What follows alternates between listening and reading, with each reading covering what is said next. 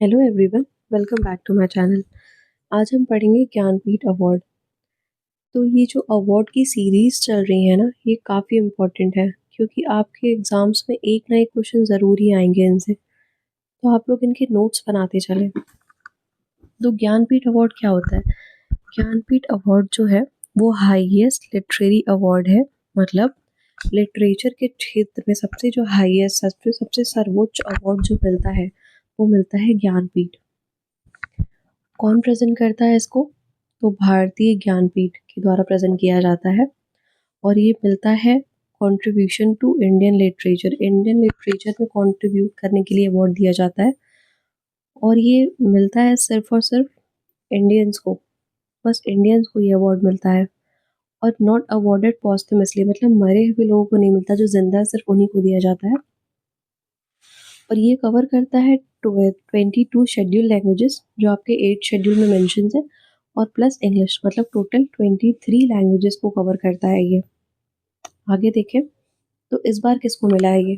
तो 59 जो ज्ञानपीठ अवार्ड है वो मिला है विनोद कुमार शुक्ला जी को फॉर द लैंग्वेज हिंदी। और अगर हम 58 ज्ञानपीठ अवार्ड की बात करें तो वो मिला था रामचंद्र रामभद्राचार्य जी को। मैं शॉर्ट में लिख रही हूँ, रामभद्राचार्य जी को संस्कृत के लिए मिला था और गुलजार जी को उर्दू के लिए मिला था। आप लोग ये फैक्ट याद रखिएगा, शायद पूछा जा सकता है। Rambhadracharya ji for Sanskrit and Gulzar ji for Urdu. ठीक है। और इस बार किसको मिला है? विनोद कुमार शुक्ला जी को हिंदी के लिए। अगर हम बात करें सबसे पहला विनर कौन था ज्ञानपीठ अवार्ड का, तो वो थे शंकरा कुरूप जी फॉर मलयालम लैंग्वेज। और फर्स्ट वुमेन कौन थी? तो वो थी आशा पूर्णा देवी फॉर बंगाली। और सबसे पहला विनर जो था वो 1965 में बना था और सबसे पहली वुमेन जो बनी थी वो 1976 में बनी थी। और अगर हम बात करें कि ये कब इस्टेब्लिश्ड हुआ था, तो ये 1961 में इस्टेब्लिश्ड हुआ था, दैट इज फाउंड हुआ था। पहले इंग्लिश रेसिपिएंट कौन है? तो अमिताभ घोष जी हैं, 2019 में बने थे। Now let's talk about award component. तो इसमें जो अवार्ड मिलता है वो एक स्टैचू मिलता है गॉडेस सरस्वती जी का और 11 लाख का कैश प्राइज मिलता है।